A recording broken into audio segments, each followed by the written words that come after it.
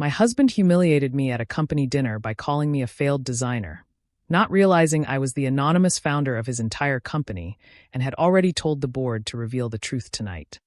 The ballroom was filled with exactly 63 people, and I'd counted each one as I sat at the table watching my husband perform. Marcus was in his element. That's what I'd always appreciated about him. His genuine ability to command a room. His charisma was real. His networking skills were sharp. His vision for creative design was borrowed. But vision itself? That was all him. My wife wanted to be a designer, he said, gesturing toward me with a wine glass in his hand. His tone was affectionate, but with an edge of condescension that made my teeth ache. But thank God I was here to actually build something real. The room laughed. 63 executives, each earning 6 figures, laughing at the implication that I'd tried and failed at something that my husband had succeeded at. I smiled. I picked up my wine glass. And I waited. Design is a cutthroat industry, Marcus continued, now in full storytelling mode. You have to have vision. You have to have business acumen. You have to be willing to fail and come back stronger. Most people can't do that. Most people. He glanced at me with that smile, that particular smile that suggested I was part of most people. Don't have what it takes. He'd been saying variations of this for 3 years. 3 years since I'd anonymously founded the agency he now headed. Let me explain what happened. I met Marcus in design school. I was studying graphic design and user experience. He was studying business. We had a creative writing class together, and he asked me out after I made a joke about his terrible metaphors in a group project. He was charming. He was ambitious. He was the kind of person who made you feel like being around him was worth it. We got married 6 months after graduation. I was 24. He was 25. For the first 2 years, we both worked. I was a junior designer at a mid-sized firm. He was an account executive at a marketing company. Our combined income was approximately $120,000 per year. We had a nice apartment in Austin. We had a life that was comfortable but not exceptional. Then I had an idea. The idea came to me while I was lying in bed at 3 a.m., thinking about all the startup founders I knew who had brilliant concepts but terrible design, and all the designers I knew who had brilliant aesthetics but terrible business sense. What if there was an agency that specialized in both? What if you could hire one team that understood design aesthetics and business strategy and growth metrics and user research? It was a good idea. A really good idea. I told Marcus about it at breakfast. You should start it, he said immediately. You're talented. You should build that company. But we didn't have capital. We didn't have connections. We didn't have the kind of money required to start an agency. So I did something different. I started the agency anonymously. I created an LLC under a name that had nothing to do with me. Pinnacle Creative Solutions. I opened a business bank account. I registered a website. And I started reaching out to potential clients. The first client was a startup in Austin.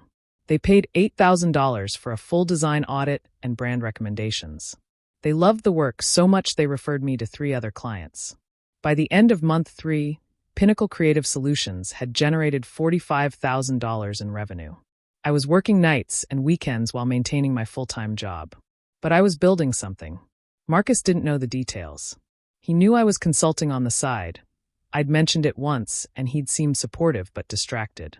He was focused on his job at the marketing firm, focused on building his own career. By month 6, Pinnacle was generating $60,000 per month. I quit my full-time job. Marcus was surprised but supportive. Follow your passion, he'd said. Build your consulting business. I'm proud of you. What he didn't know was that my consulting business was already tracking toward $800,000 in annual revenue. By month 12, I had 12 employees. By month 18, I had 30 employees. By month 2-year mark, Pinnacle Creative Solutions was generating $4.2 million in annual revenue. I'd hired a CEO to run operations. I'd hired a business manager to handle financials. I'd hired creative directors to oversee the design teams. And I'd remained completely anonymous. I was the founder, the owner, and the majority shareholder. But nobody knew that I was any of those things. My husband certainly didn't know. For 2 years, I'd watched Marcus build his career at the marketing firm. I'd watched him become senior vice president. I'd watched him talk about wanting to start his own agency, wanting to build something bigger than what he was doing. And I'd made a decision. I called my CEO, Patricia, into my office. I want you to approach Marcus, I said. I want you to tell him that Pinnacle is looking for a president and CEO. I want you to offer him the position." Patricia looked confused. "But you're the founder and owner. Why would we hire someone for that position?" "Because," I said carefully, "I want to see what he does with it. I want to see if he's the kind of person who builds on other people's work and claims it as his own, or if he's the kind of person who's honest about who built what." "And if he's dishonest?" Patricia asked. "Then I'll know exactly who I married," I said. Marcus was offered the position. He was offered a significant salary, equity in the company, and the title of president and CEO. He was told that the company had been founded by an anonymous investor who wanted to remain hands-off. He accepted immediately. And then he began the process of slowly, systematically, erasing any mention of the founding team or the work that had built the company to its current state. He brought in new people who owed allegiance to him. He started telling stories about how he'd taken over a failing agency and built it into something successful. He took credit for design campaigns that my teams had developed. He took credit for business strategies that I'd implemented. He became the public face of Pinnacle Creative Solutions, and the founding story became. Marcus Martinez saw an opportunity and seized it. Nobody contradicted him because nobody knew who actually founded the company. I watched this happen. I watched my husband systematically erase me from my own company's history. And I made a final decision.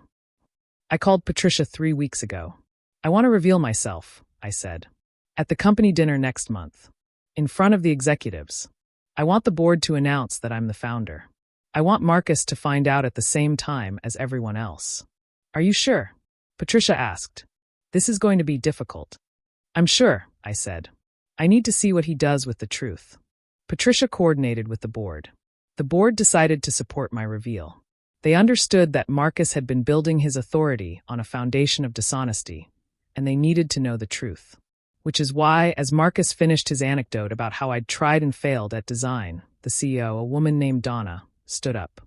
"Actually, Marcus, we have a business announcement we'd like to make," she said, her voice cutting through the chatter. The room went quiet. This was unexpected. This wasn't part of the scheduled program. Pinnacle Creative Solutions was founded 6 years ago by an anonymous investor, Donna continued. Over those 6 years, the company has grown from $0 to $4.2 million in annual revenue. We've developed 12 original design methodologies. We've won 17 industry awards. We've built a team of 45 exceptional professionals. Marcus looked confused. He glanced at me. I was still smiling into my wine. "Today, the board wants to reveal the identity of our founder," Donna said.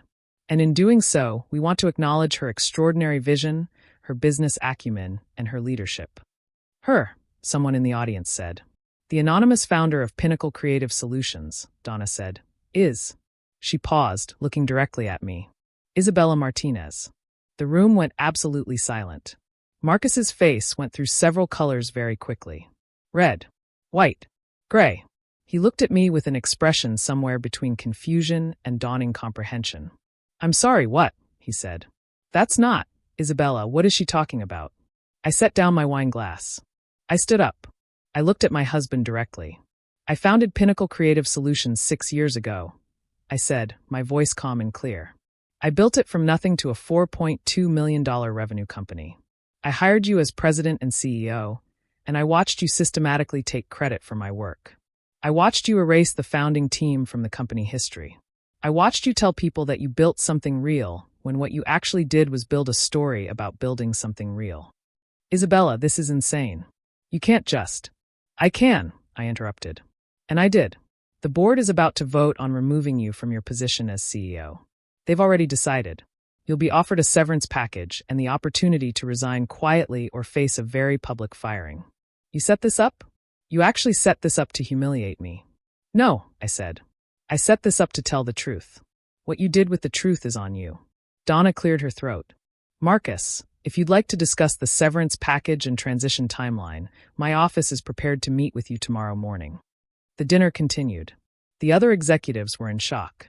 Some looked angry on my behalf. Some looked disappointed in Marcus. Some were calculating how they'd use this information in their own networks. Marcus left the building at 9:47 p.m. I stayed at the dinner for another hour, accepting congratulations from people I barely knew, hearing variations of "I can't believe you founded Pinnacle," And your husband must have felt terrible. And this is the most dramatic thing I've ever witnessed at a company event. The next morning, Marcus and I had our first real conversation about what had happened. Why didn't you just tell me? He asked. We were in our kitchen, and he looked like he hadn't slept. Would you have believed me? I asked back. Or would you have decided that you'd founded the idea of me founding the company? That's not fair. No, I agreed. It's not. But it's true. From the moment you joined Pinnacle, you started rewriting the narrative.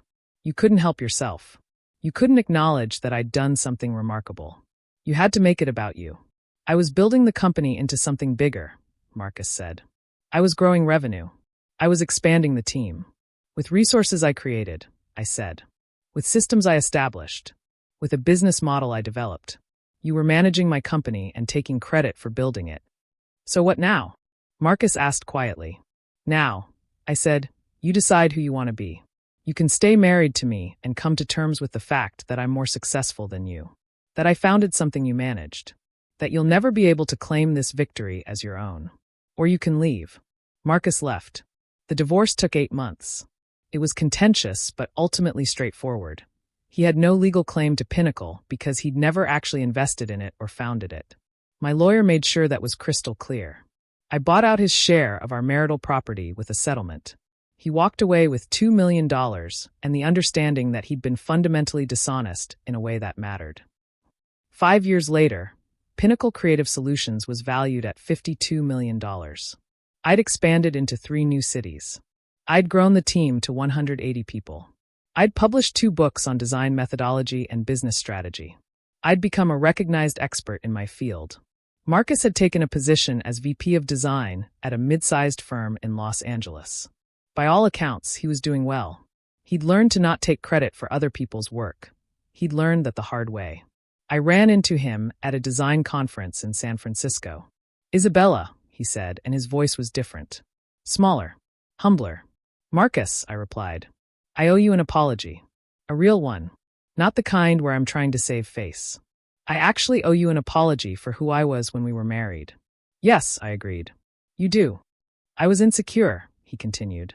I saw you building something amazing, and instead of being proud or supportive, I felt threatened.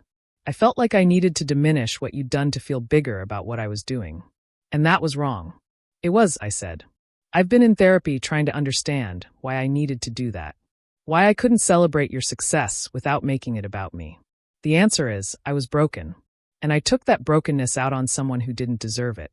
I looked at him. At the man I'd married. At the man I'd tested with a company and a truth he couldn't handle. I accept your apology, I said. And I hope you're actually learning from this, not just performing remorse for me. I am, he said. I'm genuinely working on being better. We didn't stay in touch. We didn't become friends. But I walked away from that conversation feeling like I'd finally gotten the acknowledgement I'd needed. That what I'd done was remarkable, and he'd been wrong to diminish it. The lesson in this story is about recognizing when someone cannot handle your success. Marcus couldn't. He was threatened by it. He needed to reduce me to make himself feel larger. That's not a personality flaw in him. It's a wound. It's the kind of wound that requires actual work to heal. I gave him the opportunity to do that work by revealing the truth. And eventually he took it. But I didn't wait for him to take it. I built my company. I built my career. I built a life that was remarkable regardless of whether he could celebrate it. That's the real story. Not the humiliation at the company dinner. That's just the moment where truth finally caught up with fiction. The real story is that I knew who I was all along. And I didn't need anyone's permission or approval to keep being that person.